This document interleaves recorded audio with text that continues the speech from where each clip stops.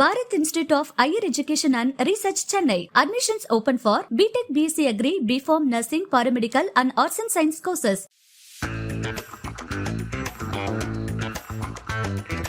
There have been certain films that when I've seen them, I've been like, I don't like I can this name film. two, I'm not going to name them. I'm also not going to say it. Quite often I would be like, how do you know how a girl thinks? And he would just be like, Kanna, it's my job. Be there, you know, at the front. I mean, what? In Up front and center. yes. Okay. Hi, Aditi Rao Hydari. Hello. How are you? I'm very well. Welcome to Galatta Plus, and I'm going to do an act of soothsaying. I'm going to tell you what you're going to be playing in 2034. Tell me. You're going to be playing some kind of dancer / courtesan in pre-independence India. And this is what I'm basing my theory on. The first time I saw you was in 2004 in Sringaram. 2004, In 7. Sringaram. 7. 4. 7. 7. 7. Okay, so 7. Okay, so this is, okay, this theory has gone a little askew, but anyway. Devdasi in pre-independence India. And that's how I started. Yeah. Yeah. Then 2014, Yeah. you have Rama Madhav. Yes. You're playing a Mujhe Wali Yes. in pre-independence India. Yeah. Oh, yeah. 2024, Heeramandi, Tawaif in pre-independence India. 34 again. So I'm like, you're set, you know, I think this is going to be your... Every decade. Every decade you have one iconic, either Mujhe Wali or Devdasi or dancer part. Yeah. What do you think of this? I actually never thought of it. Now when you're saying it, I'm like almost getting goosebumps. But that's true. I don't know how, but like somebody recently texted me and said that, you know, it's so lovely to see that this is what you're supposed to do. And I'm just like, oh, being a quota, I'm not so sure about that. I was still like, I was studying, I was learning dance, and I was Leela ka student. And in fact, I was like, nobody's going to allow me to do this film, and I was dying to do it. Just the fact that it's kind of almost back to where that was is incredible, and I never thought of it. So thank you for telling me that. Sanjay sir has said this to me many times, and he said this to me even before I worked on Padmavat. He was like, you are meant to do certain things, and I'm not going to say everything, but I'm not going to say exactly what he said because that's for me. But he said, and you will do them. And every time he would see me on set, he would say, Meri Madhubala. And I thought he was just being encouraging and kind and whatever. And he would always say, this is what you're meant to do, and this is where you're meant to be. And that made me feel like really incredible because I told you, like, when I was little, I had that dream. And Manisha Koirala was part of both those experiences because of Bombay and Khamoshi, where I was like, that one point agenda of being a Mani Ratnam heroine and then Sanjay Bhansali heroine and then a Rituparna Ghosh heroine, which of course didn't happen. But I feel really, really lucky. I don't know what Sanjay told you in terms of what you'd be, but the point is, there has been a certain element of typecasting because the begums, princesses, unattainable heroine in Samohanam, like you're always a little rarefied. You know, the people that you've been playing, not always of course, but a lot of them. There are very few gangstery type things like you did in Sudhir Mishra's, but even that's true. And like literally the first one I did as a professional. Yeah. But that's like when a part like that comes your way, do you kind of say, you know, I've done enough of this, let me just not do that again? You know, I did think like that for a bit, especially when I was hearing this a lot. Okay. But I don't know why more recently, I feel like I'm going to own it. And I'm happy to own it. When I did Sudhir sir's film, it was like nobody really knew me at that point, and he found me, and he in fact wanted to cast against type. He wanted to do that, and that's how I got that film, and I got a lot of love for that film also because I was new. Subsequently, I never played a part like that, strangely, and then you're right, and I tend to get these kinds of parts, and at there was a point where it felt almost like no, but I can do anything, and I will learn, and I want to be versatile, etc., etc. And I was trying to fight it and trying to pick different kinds of things, and I will continue to do that. But I'm also very comfortable now with owning what it is that that is me. Okay. Because whatever it is, there is something to be said about casting, and casting to type, which is not a bad thing, because it creates a space which also there is a lot of love for, and you can explore a lot in that space, because each of these, as you rightly said, rarefied human beings are very different emotionally. Right. They have very different they are placed in different contexts. They have very different emotional journeys. They have very different dreams, desires, etc. And to me, that's exciting. And people who say that this is, this is where you have been placed and there's a typecasting, I'm like, in my mind, there isn't. I know the core is similar, but that's also the core that somewhere people are seeing me Right. as. And it takes somebody who wants to change it, because only a director can do that. As actors, we are dependent. Right. You know, how much ever we might want to push and dream and whatever it is, we are dependent on what it is that we get and how people envision us. So I am dependent on somebody pushing that. And when I get it, I'll do it. It's not like I'll never do it. But I do enjoy this space too, because it's not a space that anybody gets to be in by pushing their way there. It's a space that you need to just belong to effortlessly. As Mani sir told me once, you can't play beautiful and you can't play fragile and you can't play cute. You have to just be it. And if you are it, it'll show. You know, the rest of it, the rest of the journey is your script and your director and the emotional journey. But what you are, you are. You know. Right. You said are beautiful, are fragile. You know, so does that mean that you own that being fragile? Does it come naturally to you? Because I see Bibojan, which you're playing in Heeramandi, as somebody who uses her fragility, the apparent fragility, Yeah. to hide a core of steel. Yeah. So she's making you see a certain side of her, but behind the scenes, she's somebody else. You know what? She's not hiding it. And, you know, I'm so From happy the- you said from- it. From No, the point I'm- of view of the... for a viewer. Yeah, But yeah. no, I'm very happy you said that. I'll tell you why. Because you're right, from the point of view of the viewer, it is hiding. And I feel like, because you've said it, it's actually set something off in my head, because I relate to that so much. Because I've always, and you know, the thing is, I'm not self-conscious about any of these things, because we do so many interviews and because people are constantly assessing us Yeah. and, you know, dissecting who we are and what we do, etc. It's been brought to my notice that I'm vulnerable and fragile and I look like nobody's feeding me pani puri.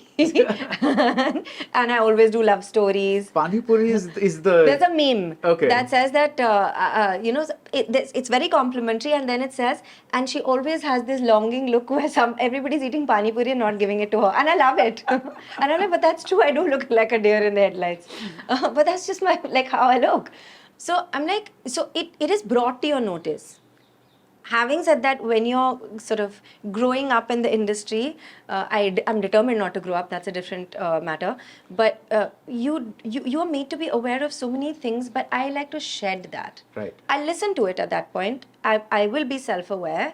But I'm not going to keep it in my head, because otherwise I'll do everything from that view or try to shatter that perception and then work like that, and then I won't, like, how can I work from my heart and how can I work from instinct and how can I learn, because my own burden will constantly be there, you know, at the front. I mean, what in Up front and center. yes, Okay. of everything that I do, and I like to flow.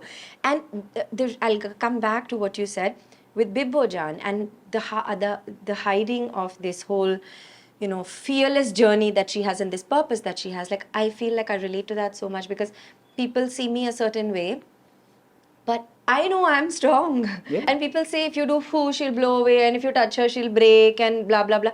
And I'm like, okay, I'll take it. I'm not saying any of that. You're not saying that. Yeah, And yeah. I'm not totally, no, I'm glad you're saying something that people say. Yeah. And it's fine that they say it. That's what they see. But I'm like, if there's a storm, I'll save you. Because I know my strength and I know that I have it. And I know where I stand steady, and I'm comfortable with both those sides of me. And I feel like somewhere, whether Sanjay sir intuitively, you know, he's very perceptive, or like, I think he literally wanted me to have this trajectory. in Bibbojan, and I feel like somewhere living that life has actually, and doing these interviews has actually really made me understand something, because there's different kinds of fearlessness, there's different kinds of strength, there's different kinds of beauty, and every woman is unique, and you don't have to be strong and fearless in the same way. Yeah. And this girl shows that, Yeah. Bibbo, you know, Yeah. and it's never about hiding, it's that people don't see it. She's strong. Yeah.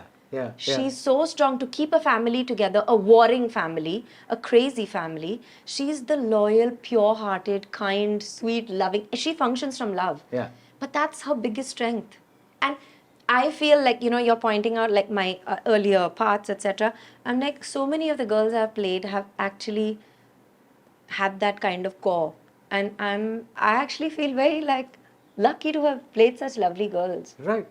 Now, just a correction, because when I say you're hiding it from the viewer, I mean you're hiding it from the Nawabs and all those people, not the audience. Oh, Yeah, right. 100. Yeah, right. Okay, fair. That's what I mean. Yes, Yeah, yeah. yes, So, absolutely. yeah. But also from the viewer, you know, also from the viewer, because so many people, like a lot of people won't even know what she's going to do, because she's just sweet. Yeah. She's really sweet. Yeah. And she could have been a one-tone character. Right. But Sanjay sir has written her in a way that has this arc, and that's so like delicious to play. Yeah, this is probably the biggest arc you've played. It took about like in terms of screen space, because over 8 episodes, maybe. Yeah, I would say, because it's like doing 4 films. 4 films, yeah. Yeah. Because you're in every episode. Yeah. You interact with each of the people in a different way, and you're in a way as much a fulcrum as Manisha is in this whole thing. Yeah. Yeah. So like, I mean, we all are, but yeah, I do see how Bibbojan's track is something that just keeps it kind of together, because the theme of independence, not only their personal but also the larger the larger cause and the larger purpose, and somebody pointed out, a critic in the US pointed out that the theme of freedom actually starts with Bibbojan's first mujra. Yeah. And that you actually see that it's very nuanced and it's very delicate, but that longing, like what is the longing, and he's kind of left it like that, so everybody finds their own meaning there, and it ties up right at the end with what happens, which I'm not going to give any spoilers. But I found that really interesting for Sanjay sir also, because he really challenges himself the most. Because everybody talks about how he challenges us and his technicians and everybody, but it starts with him being really hard on himself and challenging himself so much. Right. Where he literally eats, breathes, sleeps cinema, and his scenes, and it's always like whirring in his head. Right. With music always.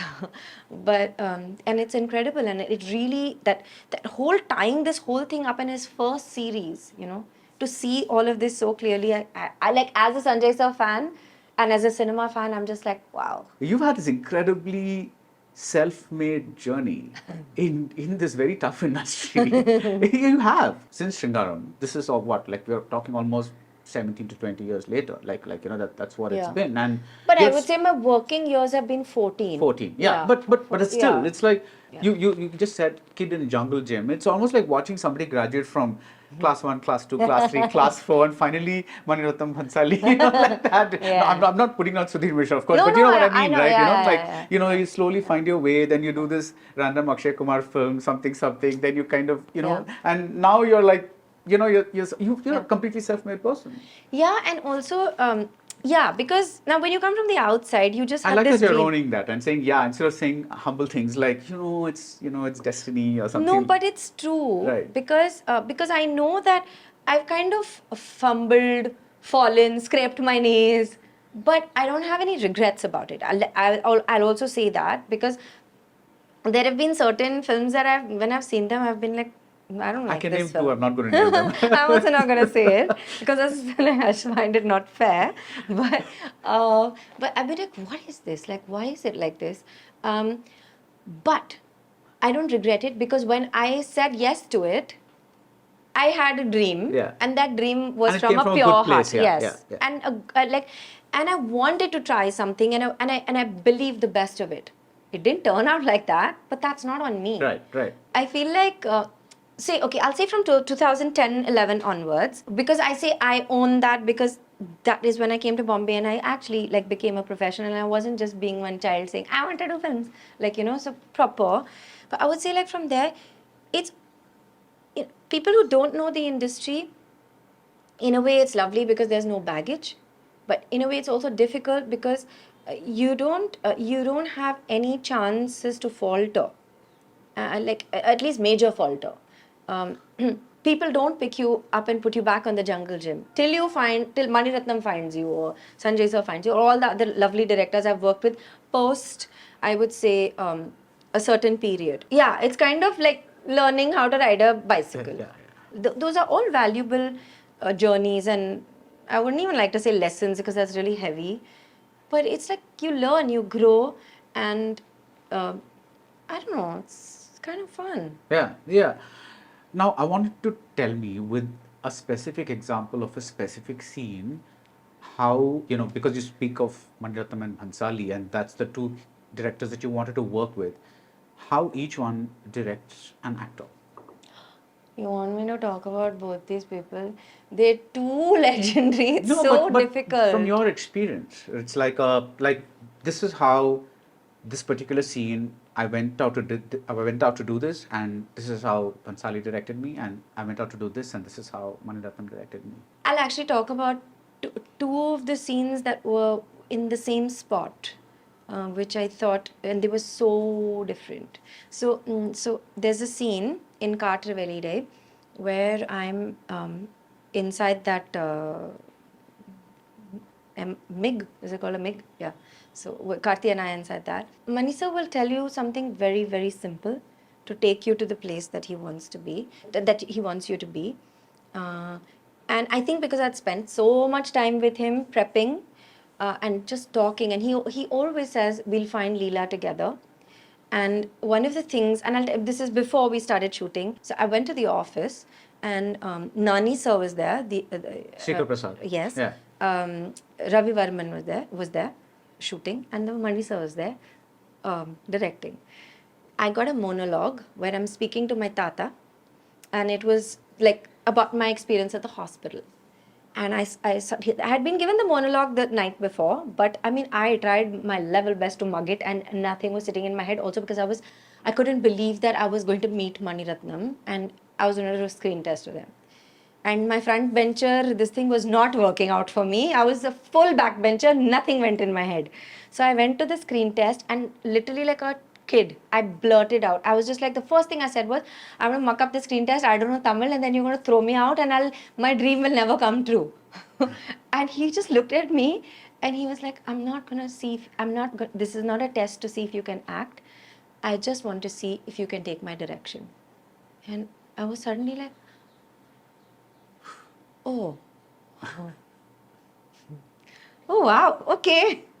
And I was just like, okay, I'm in Leela ka's class, and she's choreographing something, and I have to just listen and do. And that's what I did. And so through the shoot, it was that. And my life really changed. My life of being on a set after that really, really changed. And I was like, my God, this is what I want to do. And that scene in the MIG, all he said was, this is her dream. As a teenager, she has fallen in love with this boy. She has hero worshipped him. She has hero worshipped him, and she has built like a story in her head about who this guy is. That childlike feeling is what happens in this scene. And so it was just that the scene is just there, right? And that's all it was, and that's all he told me, and that's how he directs. And I feel like with Mani sir, I felt like he loves the break in rhythm almost, and almost like the little human faltering that happens, just when you're just thinking and being, and that's what he's looking for. Because children do silly things, so those things, almost. You wait till you're pushed to the extreme in that movie, that your character, and then at that point you say, that's it or no more, and then you just go away. And again, like Leela, the fragility, etc. Yeah, I see it, but but she's very strong. Yeah.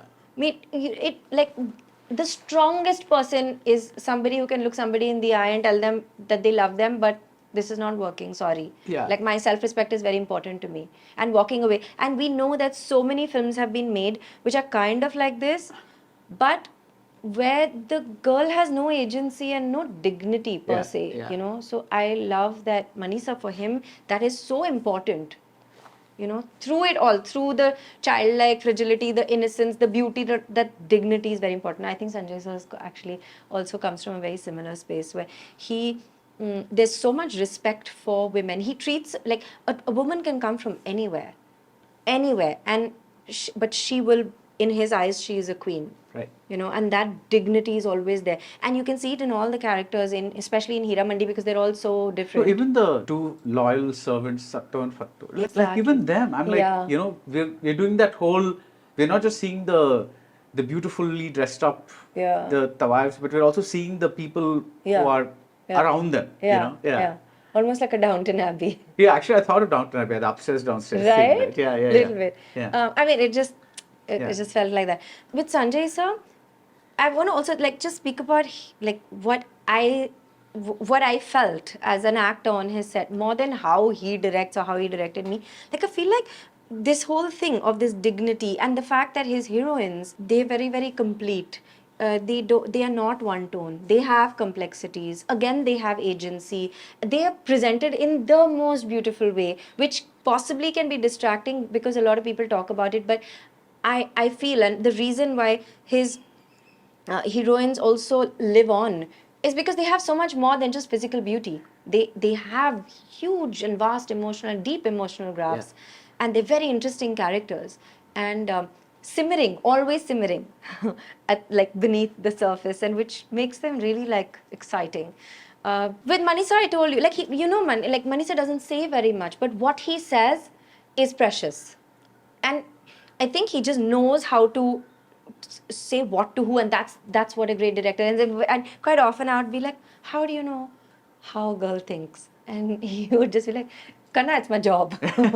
He'll just say it as simply as that, with that small little twinkle, and you're like, yeah, I mean, it's as simple as that for him, and he just knows how to do it, and he knows how to get you in that space. And with on Heeramandi, Sanjay sir, he said this to me, and that's why I'm so grateful to him for giving me Bibbojan and for creating Bibbojan the way that he created her, is that he said, everybody looks at you in a certain way, and I want to get that fire out of you. And I would just be like, okay. And I was always a little like, will I be able to live up to this? And we were doing this scene where I had to be kind of like give this rousing speech to this guild hall, and I was like really nervous because I was like, okay, it's not anger. It's like you are convincing this whole band of Tawayafs to, I mean, you know what that scene is. Right. Basically, you're saying don't think like a mujre wali, think like a mulk basically, wali. right? Yeah. And it is a rousing speech. Mm-hmm. We did like 2 or 3 takes, and he saw it, and he called me. He said, I want to talk to you. And contrary to popular belief, he's very loving and gentle, and he explains very well. He's very communicative. So he called me aside, and he just spoke to me. And he said, he took me into that world, because somewhere, I mean, we are contemporary, like, we understand it theoretically, but what is it to be there? The thing with Sanjay sir is he speaks very passionately, and he's all heart. So he just says what he's feeling. He doesn't have filters. And that's actually the most valuable thing about him. He started speaking about, imagine like a girl at that time, and the unsung heroes of that time. So many women would have been part of this movement, and Tawayafs who were complete. People don't even know their stories, and what it must have taken for them to be there, for them to believe, for them to stand so steady, and to do all the things that they did, and to just look fear in the eyes and just go with it. Take destiny on. That's a lot. And he spoke about it, and the way he spoke about it, my tears were like here because I was really moved. And And I was very overwhelmed. And I was like, can we shoot? And he said, I'm going to give everybody a lunch break. He was very calm. He said, I'm going to give everybody a lunch break. Can we make a deal? And I was like, okay, tell me, whatever, anything for you. And he said, don't eat. So I was like, okay, done. He said, just think about what I said, don't eat and come back. And I came back and we did one take and he liked it. Yeah. So I feel like he's also perceptive, you know, in his own way, and he knows how to put an actor in that place. I just like listening to him. He really takes you into a zone, and you almost like, I'm also very like, I'm a dreamer, so I go into a little visual storyboard of my own. So he just takes you there, and I surrender, and I do go there, and I enjoy that. I really enjoy that. One interesting thing about Bikojan's costumes was that they were not as ornate or as jewelry filled as, what is this? What is this you're doing? Say a film like Katravelli Day, which got a lot of mixed response. But today, my God, thinking of that song, and I'm like, oh, my first song, whatever.